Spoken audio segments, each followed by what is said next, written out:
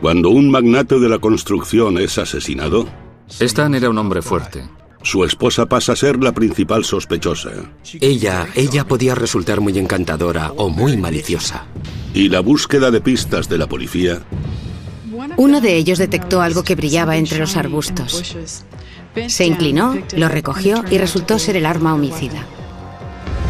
¿Fue un atraco, un crimen relacionado con la droga, una esposa vengativa o quizá las tres cosas? Descúbranlo esta noche en Poder, Privilegio y Justicia.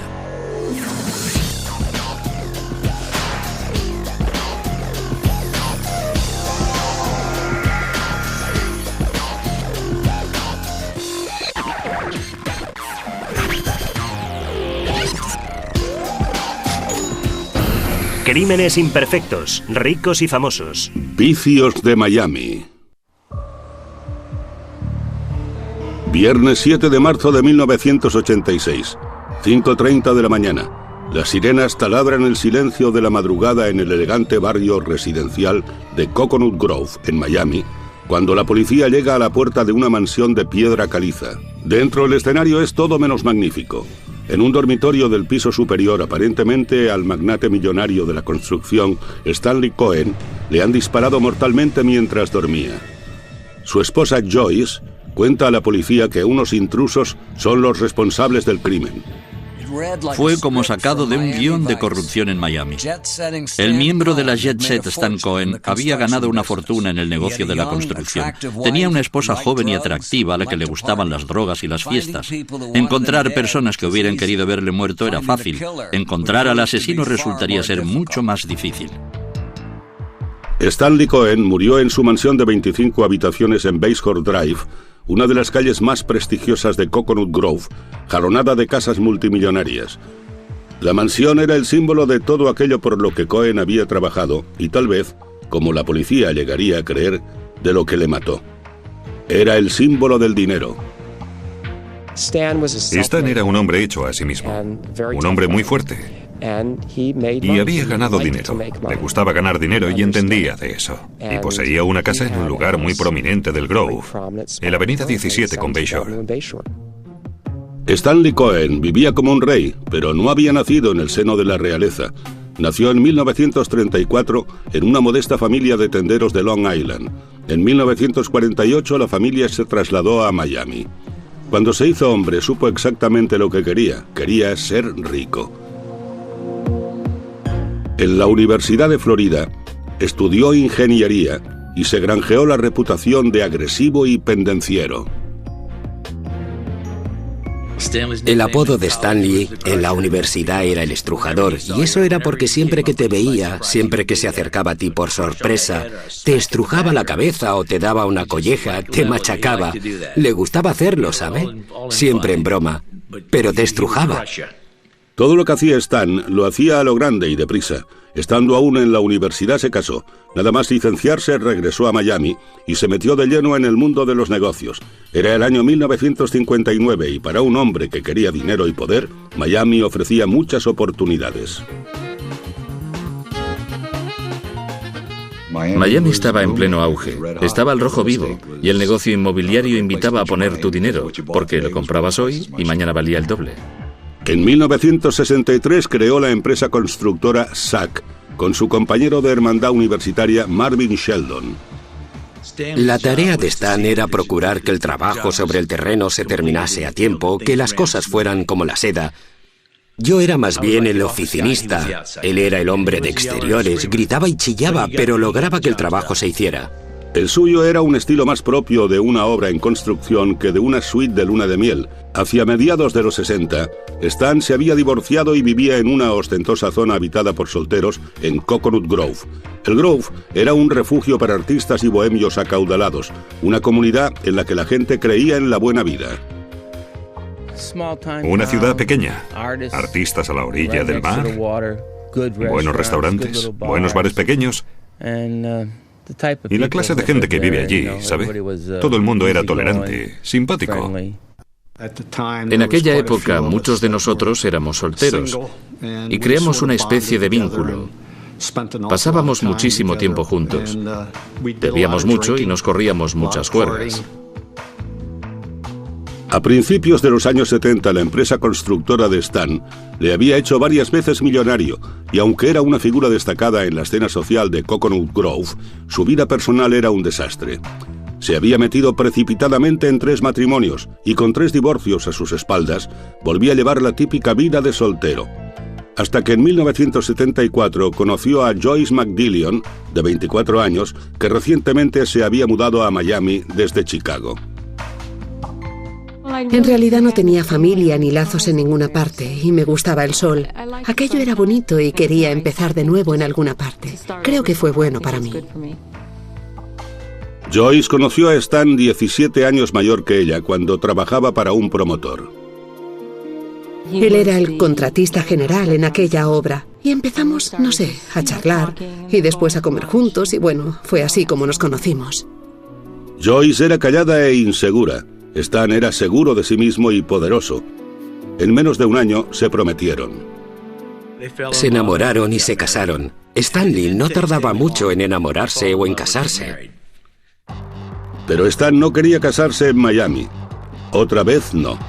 Mi marido conocía a tanta gente en Miami que dijo, no podemos casarnos aquí porque habría que invitar a muchísima gente y propuso, nos iremos a Las Vegas. Fue muy emocionante.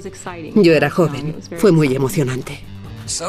El ascenso social puede ser emocionante, pero también puede ser traicionero. Joyce Cohen no tenía ni idea de lo difíciles que se le iban a poner las cosas. A su regreso, el matrimonio de cuento de hadas de Joyce Cohen pierde el control, ya que Cenicienta descubre la cocaína. En el invierno de 1975, los recién casados Stan y Joyce Cohen se mudaron a una imponente mansión en Bayshore Drive. Solo un año antes, Joyce era una secretaria que cobraba el sueldo mínimo. Ahora de repente era la esposa de un millonario. Aquello debió suponer una conmoción para la tímida nueva señora Cohen. Era auténticamente un pez fuera del agua. Tenía que llevarse bien con los amigos de Stan y sus esposas, algunas de las cuales tenían edad suficiente para ser su madre. Muy al principio de su relación con Stanley, era muy tímida, muy humilde y muy sencilla. No sabía mucho sobre las cosas buenas de la vida. Era solo una chica muy amable. Al principio, a mí personalmente no me gustó mucho, porque no era una persona muy sociable. En las fiestas que organizábamos se sentaba a un lado y parecía no encajar. Eso, por supuesto, a Stan no le gustaba. Quería que ella formara parte del grupo. Stan empezó a convertir a Joyce en la clase de mujer que encajaría en su mundo, y la animó a dedicarse a su afición, el diseño. Tenía gusto para la decoración. Mezclaba antigüedades con cosas nuevas y todo eso. Su casa era muy bonita y ella lo decoraba todo. Tenía muy buenas aptitudes. Joyce creó su propia empresa de diseño de interiores con el respaldo del dinero de Stan. Gradualmente fue ganando confianza en sí misma. Empezó a vestirse mejor, a hablar más cuando estaba entre la gente y a disfrutar de las pieles, las joyas y la ropa de diseño que acompañaban el hecho de ser la señora Cohen. Stan Cohen hizo de Joyce Cohen lo que ella acabó siendo, una persona de intensa vida social. Le proporcionó joyas, pieles, un jaguar y todo lo demás. Joyce no tenía todo eso. Stan Cohen se lo consiguió, y se lo consiguió por un motivo. La quería. ¿Fue una historia como la de Pigmalión? Diría que hasta cierto punto, sí. Stan también enseñó a Joyce a esquiar y viajaban regularmente a Aspen, Vail y Steamboat Springs, Colorado. Íbamos a distintos lugares con nuestros amigos y una vez fuimos a Steamboat y le encantó. Stan era en el fondo un vaquero. En un viaje a Steamboat Springs, Stan vio la posibilidad de hacer realidad su sueño de vaquero. Compró un terreno de 260 hectáreas y le dio el nombre de Wolf Run Ranch. Fue una costosa fantasía, $150,000 por la tierra y otros miles para convertirla en un rancho de verdad. Uno de los motivos por los que a Stanley le gustaba tanto Steamboat Springs eran los caballos. Construimos allí una hermosa casa para él con un establo. Stan pronto inició otros proyectos inmobiliarios y de construcción en Steamboat Springs. Después compró un jet privado, un Saberliner 40 EL de $400,000 para viajar de Florida a Colorado. Un jet privado es un símbolo de estatus entre los ricos. No era de extrañar que alguien como Stan Cohen quisiera uno. Pero a principios de los años 80, un nuevo símbolo de estatus aparecía en el sur de Florida, y lo hacía con fuerza: la cocaína.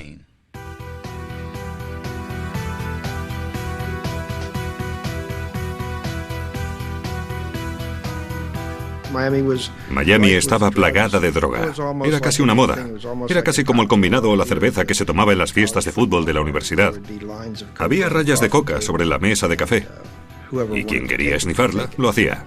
Sabía que mucha gente lo hacía. Entrabas en el baño y encontrabas billetes de $1 enrollados y decías: alguien se lo está pasando bien aquí.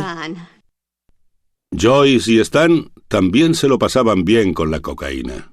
Stan me lo dijo. Resulta que una noche, cuando vi que no tomaba nada, le dije: «Oh, no estás tomando nada. Deja que vaya a buscarte una copa». Y me dijo: «No he tomado coca y estoy exactamente donde quiero estar». Bien, vale. Si es así, está bien. Era como una droga social. Mucha gente la consumía. Nosotros tomábamos cuando íbamos a alguna fiesta o algún sitio, y pasó a ser como algo obligado socialmente, como cuando la gente se fumaba un porro o algo así. El hecho de que la cocaína fuera ilegal era como un estímulo añadido en la escena social de Coconut Grove, pero con la cocaína llegó algo más: la delincuencia.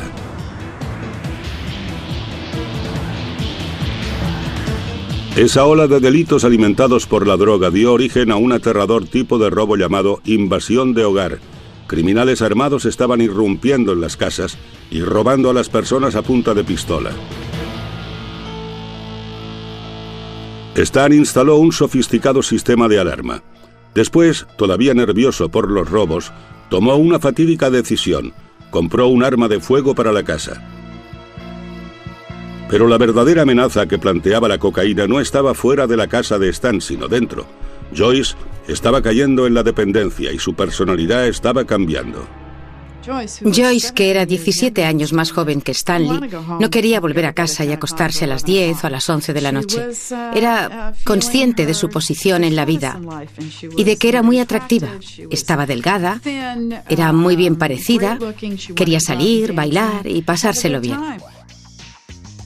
La que antes había sido tímida secretaria se había convertido en una mujer que vivía para salir e ir de fiesta, y Stan, en su mediana edad, no podía seguir su ritmo. Si ella hubiera consumido cocaína como un pasatiempo, no le habría avergonzado tanto, pero el hecho de que consumiera tanta cantidad le hirió. Notamos un cambio en su personalidad y hacíamos preguntas. La gente decía: «Oh, ha tomado cocaína». Me parece que con Joyce llegó a ser un problema más serio que cuando empezaron. Creo que llegó a crear un problema en su matrimonio. En diciembre de 1985, la pareja decidió que necesitaba pasar un tiempo separada. Joyce salió en el jet rumbo a Steamboat Springs para pasar todo el invierno. Stanley se me quejó amargamente. Creo que Joyce había destrozado el coche 4 o 5 veces allí, y yo sabía que consumía cocaína. Stanley me lo había contado. Stanley empezó a pasar más tiempo en Miami. Joyce empezó a pasar más tiempo en Steamboat Springs. Salió a la luz más tarde que había infidelidades por parte de ambos cónyuges. En Coconut Grove circulaban rumores de que Stan estaba ya harto. Stan había logrado con éxito integrar a Joyce en su mundo. Ahora ella era adicta a ese mundo literalmente. Su matrimonio estaba al borde del abismo y Stan y Joyce se hallaban en una peligrosa encrucijada. Lo que Stanley dijo a Joyce fue: «Saldrás de este matrimonio tal como entraste, sin nada. Divórciate de mí y no sacarás nada».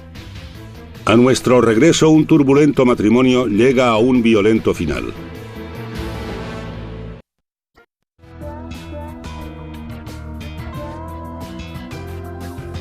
Era la primavera de 1986 y el matrimonio de Stan y Joyce hacía aguas.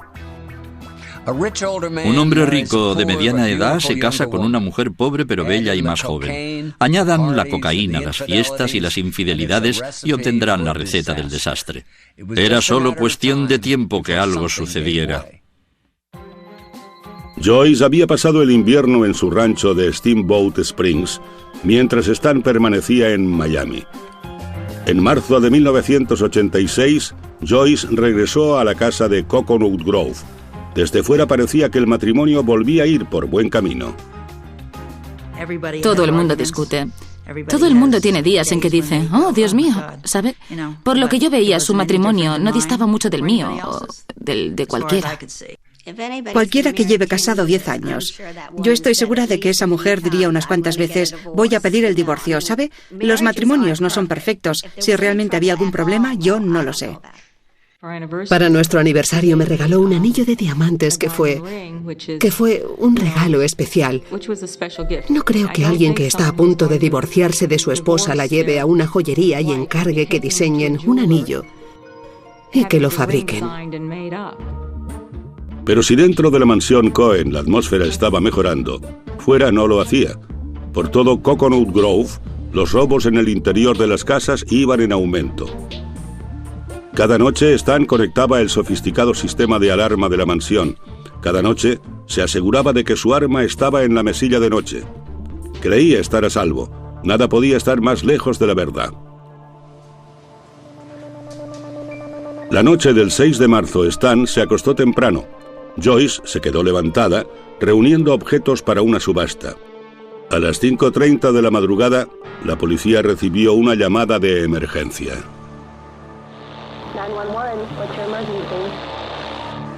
Joyce Cohen había llamado al 911 histérica diciendo, ha pasado algo, mi marido está herido.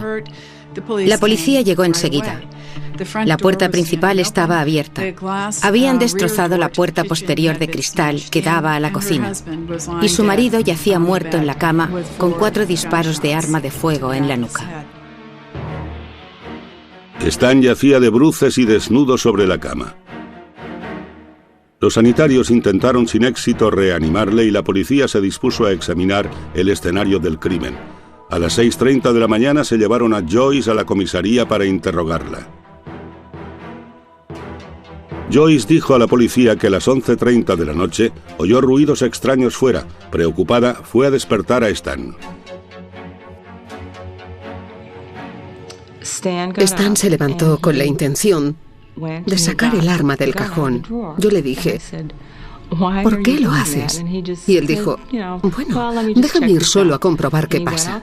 Y salió al exterior, dio la vuelta a su coche o a su todoterreno, volvió a entrar y me dijo, no pasa nada, y después volvió a la cama. Había dejado el arma sobre la mesilla de noche y yo le pregunté por qué no la guardaba y dijo, no, tú déjala ahí. Joyce dijo que no había vuelto a conectar el sistema de seguridad porque iba de un lado a otro de la casa y no quería activar el sensor de movimiento. Declaró que alrededor de las 5 volvió a oír ruidos, esta vez dentro de la casa. Pude ver desde el otro lado del pasillo que había alguien que salía por la puerta y dijo algo así como, larguémonos de aquí. Pero no vi a ninguna otra persona. Solo vi a una persona. Fue entonces cuando subí corriendo y encontré a Stan. La policía tomó muestras para ver si Joyce tenía residuos de pólvora encima y continuó interrogándola. Al final las preguntas pasaron a ser más personales. Empezaron a hacerme preguntas como, ¿cuándo tuvo relaciones sexuales por última vez con su marido? Entonces fue cuando les dije, ¿por qué me preguntan eso? Y a partir de ese momento ya no quise hablar con ellos. Solo quería volver a casa y dormir. Joyce interrumpió bruscamente el interrogatorio y exigió hablar con su abogado. También exigió que la policía abandonara su casa. Llevaban 2 o 3 horas en la casa realizando su investigación. Llamaron a la casa, hablaron con el agente al mando y dijeron que salgan todos de la casa. Tendremos que obtener una orden judicial para poder volver a entrar en ella. El abogado de Joyce creyó que no eran las pruebas del asesinato lo que preocupaba a Joyce, sino las pruebas de la presencia de drogas. Me enteré de que podía haber cocaína en su casa. Y la policía quería volver a entrar en la casa después de que, al no llevar orden judicial, se les dijo que se fueran.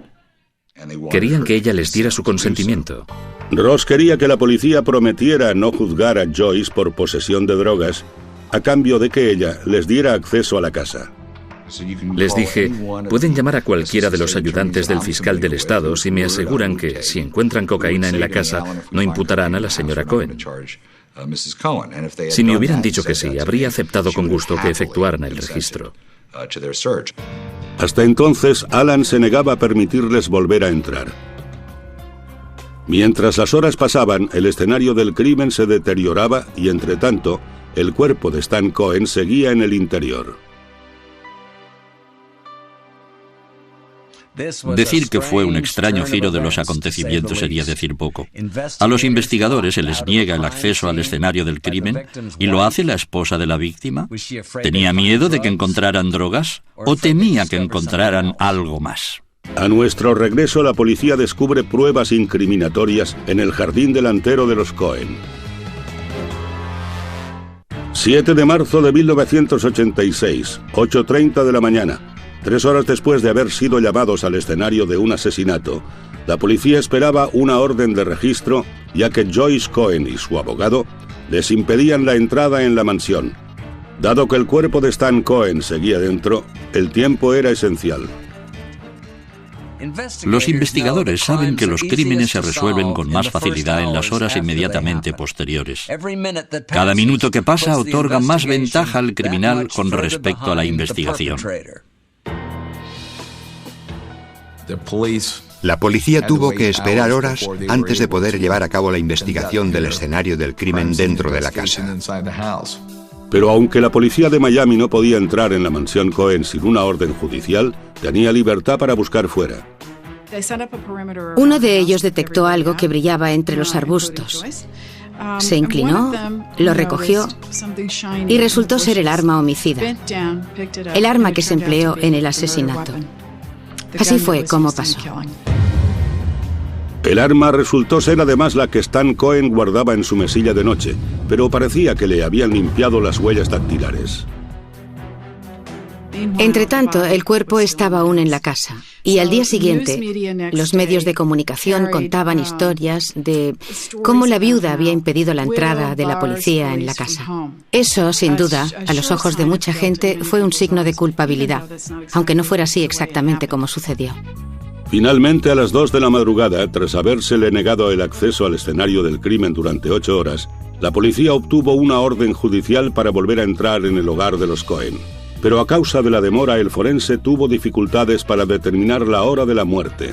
Según su opinión, lo más probable era que el crimen se hubiera producido aproximadamente entre las 2 y las 3 de la madrugada, aunque podía haber sido las 5 de la mañana. La policía hizo otro descubrimiento crucial en el baño de arriba: un pedazo de pañuelo de papel. En él encontraron residuos de pólvora y del maquillaje de Joyce. En la mañana de autos, la policía pasó un algodón por las manos de Joyce Cohen en busca de residuos de pólvora y los encontró. Los hallazgos parecían sustentar lo que los investigadores habían sospechado desde un principio. Siempre resulta sospechoso que desde el primer momento a la afligida esposa le preocupe más que la policía registre su casa a que puedan llegar a incriminarla. Por lo tanto, desde el primer instante era normal que Joyce Cohen despertara sospechas. El inspector del caso prácticamente anunció que iban a resolverlo de inmediato, y creo que ya en ese momento pasé a ser su blanco. Pero la policía consideraba que todavía no tenía suficientes pruebas para arrestar a Joyce, aunque estaban seguros de que estaba involucrada. La teoría policial era que Joyce había matado a Stan, temiendo que un divorcio la dejara sin un céntimo y la privara de su recién adquirido estatus. Joyce era una persona que llevaba mucho tiempo dándose buena vida. Se desplazaba en jet y acudía a fiestas en los lugares más bonitos, alternaba con la alta sociedad de Miami y también de Colorado, e iba a perderlo todo. Iba a ser echada de la casa sin nada. Joyce y sus amigos tenían una versión distinta. Yo pensé que habría sido algún trapicheo de drogas que había salido mal, o que Stan había molestado a alguien a quien no debía molestar.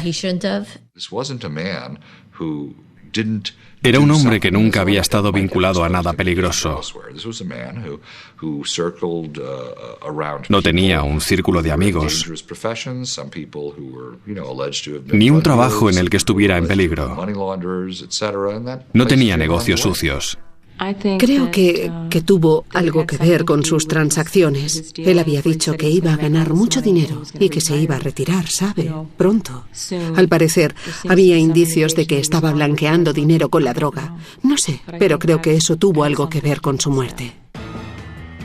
Pero en menos de una semana, la policía encontró otra prueba forense que incriminaba a Joyce. Había pedazos de pañuelo de papel, pedazos de pañuelo en la pistola que se consideraba el arma homicida, lo que parecía indicar que la habían limpiado. Y la policía logró relacionar esos pedazos del arma con el pañuelo de papel encontrado en el escenario del crimen. Es un papel similar al del pañuelo hallado en la papelera del cuarto de baño de Joyce, en el que había moco suyo. También había bismuto, un elemento presente en los cosméticos, y también una marca del retroceso del arma. Usaron esa prueba para decir, lo que sucedió fue lo siguiente.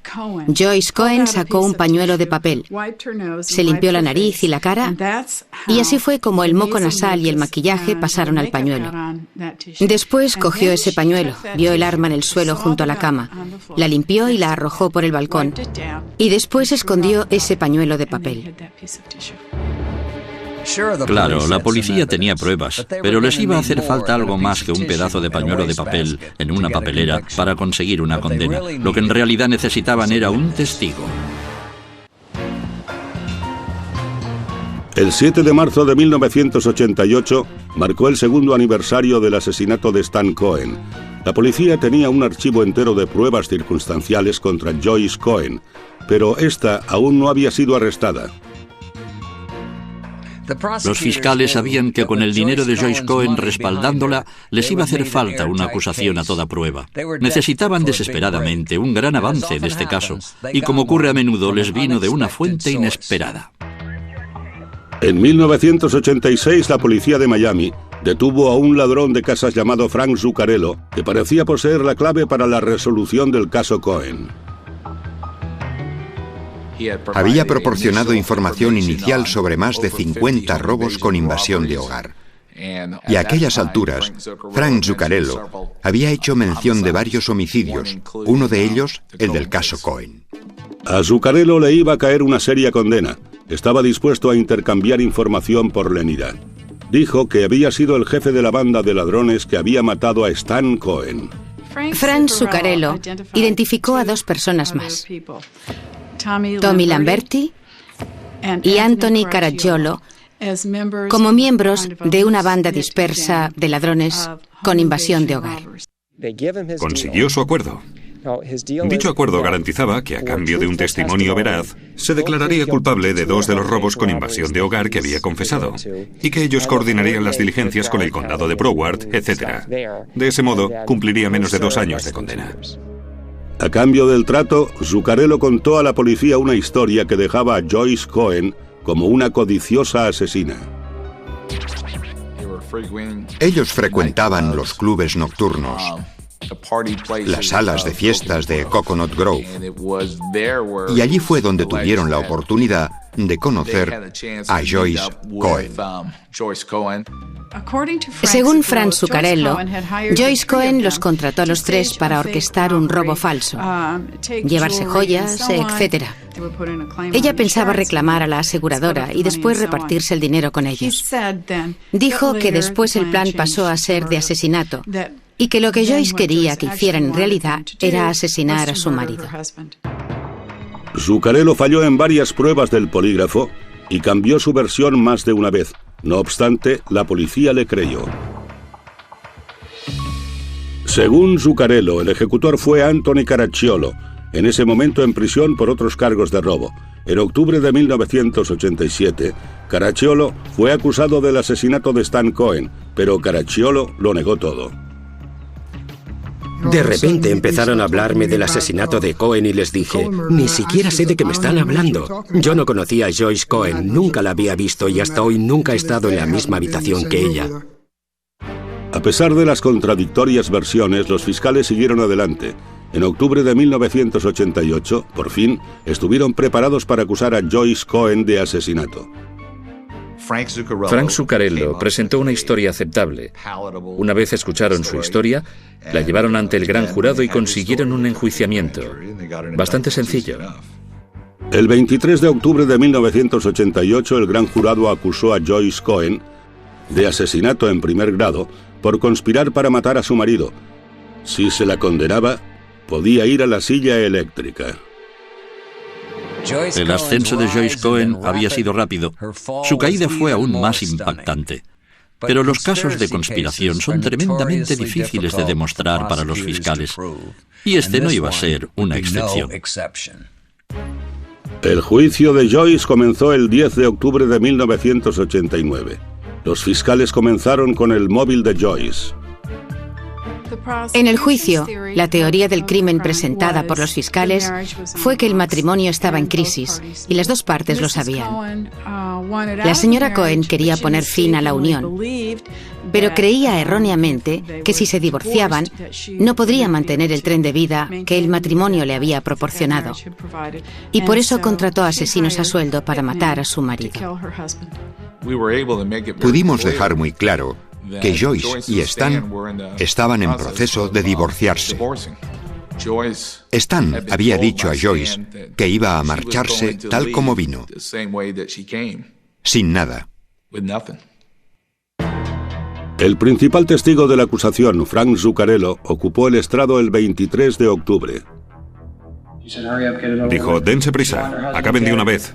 Quería a su marido muerto. Podía perderlo todo. Si se tramitaba el divorcio, no se llevaría nada.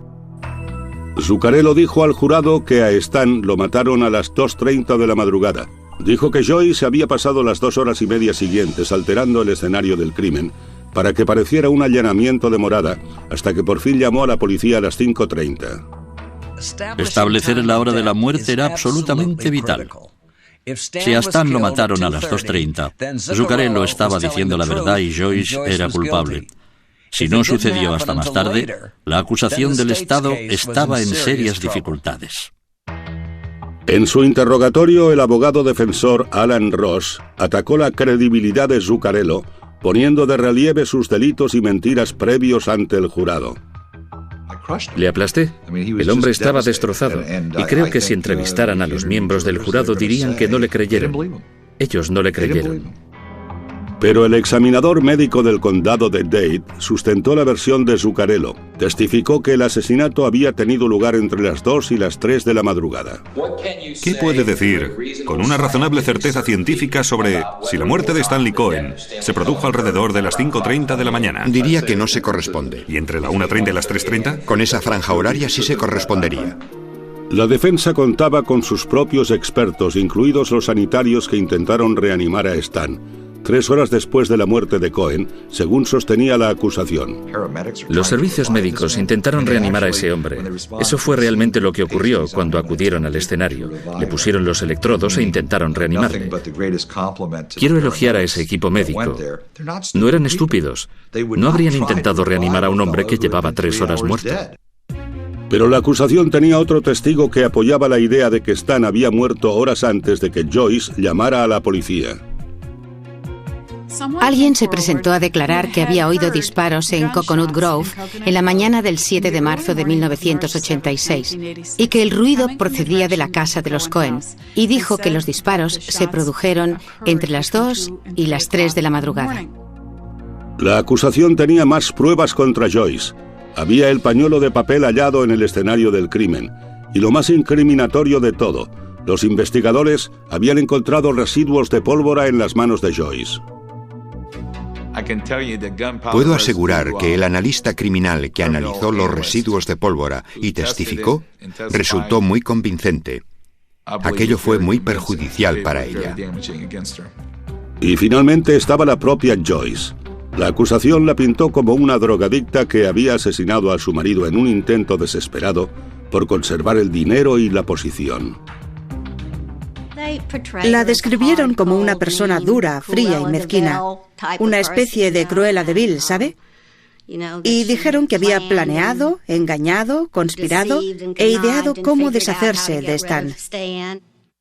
La gente creyó que yo era algo que no era.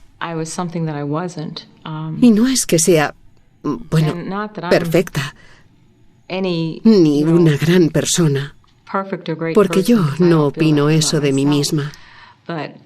Pero me describieron como una persona dura y enloquecida por la droga, y eso no era cierto. No era cierto en absoluto. La defensa contraatacó con una deposición de la estrella de country Tanya Tucker, que había entablado amistad con Joyce en Colorado. Tanya Tucker y Joyce Cohen pasaron una noche juntas, sentadas frente a la chimenea, bebiendo champán y esnifando coca. Intercambiaron confidencias, se lamentaron de las cosas tristes que había habido en sus vidas y crearon un vínculo aquella noche. Tucker declaró que Joyce le confió sus problemas conyugales, pero jamás dijo nada acerca de matar a Stan. Joyce no llegó a testificar. Su abogado defensor dijo que los hechos hablaban por sí solos. No me pareció que su testimonio fuera a aportar nada nuevo al caso. Todo lo que ella iba a decir se había planteado ya ante el jurado. En cualquier juicio, el testimonio de carácter es crucial. Puede determinar el móvil o convencer a un jurado de que el acusado fue capaz de cometer el crimen. La cuestión era, ¿a qué Joyce vería el jurado? ¿A la amante esposa de la alta sociedad de Coconut Grove? ¿O a la drogadicta y asesina desalmada? El 14 de noviembre de 1989, el caso de Joyce Cohen fue trasladado al jurado. Su vida estaba ya en sus manos. El juicio de Joyce Cohen por conspiración para cometer asesinato había durado 6 semanas. La acusación estaba decidida a demostrar que Joyce no podía parapetarse en su riqueza. Joyce estaba luchando para salvar su vida, y la alta apuesta de la batalla atrajo una tremenda atención por parte de los medios. En los años 80, los juicios por asesinato no eran precisamente insólitos en Miami. Pero este caso era distinto. Se trataba de una ama de casa guapa, joven y rica, acusada de disparar a su marido a sangre fría. Los acaudalados habitantes de Coconut Grove estaban divididos al 50% en esta ocasión, y el veredicto empeoraría aún más esa división. Por fin, el jurado dio su veredicto. Yo esperaba que fuera no culpable. Si hubiera estado allí sentado y hubiera oído todas las cosas que Alan enumeró como dudas razonables, no sé, debió mencionar por lo menos 70 cosas. El costoso abogado de Joyce tenía la confianza de que había ganado el caso. Era una duda razonable tras otra. Después de haber deliberado durante 3 días, el jurado anunció su veredicto. Nos llamaron para que escucháramos el veredicto. La presión sanguínea sube, el ritmo cardíaco aumenta, empiezas a sudar. Hasta la persona más fría, uno se inquieta mucho. Los miembros del jurado declaramos a la acusada Joyce Cohen culpable de asesinato en primer grado. Culpable. El veredicto de culpabilidad sacudió toda la sala como una onda expansiva. No me lo podía creer. Emití un sonido y fue como el ruido que hace un animal herido. Me quedé atónita, sin habla, y naturalmente creo que rompí a llorar. Creo que prácticamente todos lo hicimos y empezamos a abrazarnos porque no nos lo podíamos creer. El veredicto abrió una brecha en todo Coconut Grove entre los que creían que Joyce era una víctima inocente y los que pensaban que era una asesina despiadada. Para nosotros fue algo aterrador cuando lo supimos. Yo no me lo podía creer. Era desconcertante saber que había personas que la consideraban culpable. Creo que ella tuvo un papel en el asesinato de Stanley. Podría decir que no lo sé. Yo lo dejé en manos del jurado, pero creo que estaba implicada. Pero aún no se había acabado. El jurado tenía que decidir la sentencia. Pasé por la fase de la pena de muerte, ¿sabe? Es cuando tienes que esperar todo el tiempo que ellos tardan en decidir si van a imponerte la pena de muerte o no. Y durante ese tiempo te llevan al calabozo. Creo que fueron unos 37 minutos aproximadamente. Y fueron 37 minutos muy largos. El jurado no lograba el consenso con respecto a la pena de muerte, por lo que el juez sentenció a Joyce Cohen a cadena perpetua. La condenó por el cargo de asesinato en primer grado a cadena perpetua sin posibilidad de obtener la libertad condicional antes de 25 años. Para todos y para mí, ha sido totalmente justa la condena. Ella debe pasar toda su vida en prisión. Como asesina convicta, Joyce no tenía derecho a ninguna parte de la fortuna de Stan, pero lo irónico fue que, en un caso que giraba en torno al dinero, resultó que no había ni de lejos tanto como todo el mundo creía. En los periódicos se publicó que la fortuna ascendía a $12 millones. Pero si la fortuna ascendía a $12 millones, él poseía 11. El contable de Stan Cohen me dijo que poseía un gran talento para manejar cifras, para pedir dinero prestado, para pagar dinero, y que en eso podía realizar un trabajo magistral. Hoy, gracias a su pacto para declararse culpable, Frank Zuccarello es un hombre libre. Anthony Caracciolo y Tommy Lamberti alegaron su no participación en el asesinato de Stan Cohen. A los dos se les impuso una condena de 41 años y continúan insistiendo en su inocencia. La única cosa que me relaciona con el escenario del crimen es el perjurio en el testimonio de Frank Zuccarello. Lo esencial es que hasta el día de hoy no he conocido a esa mujer, y aunque se nos adjudicó a los dos el mismo caso en el mismo tribunal, no he estado en la misma habitación con ella ni en la misma sala de tribunal. Eso no ha sucedido, jamás le he puesto la vista encima. El misterio del asesinato de Stan Cohen tenía que haberse resuelto, pero no fue así. 5 años después de la condena de Joyce, apareció la periodista de Miami, Gail Bright, asegurando que el principal investigador del caso le dijo en su momento que sabía que Frank Zuccarello había mentido sobre los asesinos a sueldo implicados en el crimen. Lo que dijo fue, no sucedió tal como todo el mundo dijo que había sucedido. No se trata de si Joyce Cohen es inocente o culpable. Se trata de que fue condenada en base a pruebas que a mí me dijeron que habían sido falseadas. Gail Bright llama a Alan Ross y le dice: Alan, no me mates. Espero que me perdones. Pero hace 5 años que sé esto. John Spear me dijo fuera de cámara que él no creía la teoría de que Zuccarello estaba diciendo la verdad. Alan Ross dice: no voy a matarte. Ven a comisaría y presta declaración. Y ella lo hace. Ahora Joyce Cohen intenta lograr que su sentencia sea revocada en un tribunal federal. La moción es su última oportunidad de lograr la libertad. A menos que la verdad salga a la luz, a menos que seamos capaces de demostrarla, jamás podré salir de aquí. Aunque algún día llegue a salir de la cárcel, es poco probable que Joyce Cohen regrese alguna vez a su vida de mansiones en la bahía y glamurosa vida nocturna. Sea cual sea el resultado de su apelación, este caso será siempre un vergonzoso recordatorio de los excesos provocados por la cocaína y el dinero en el Miami de los años 80. Dominic Dunne para la televisión judicial.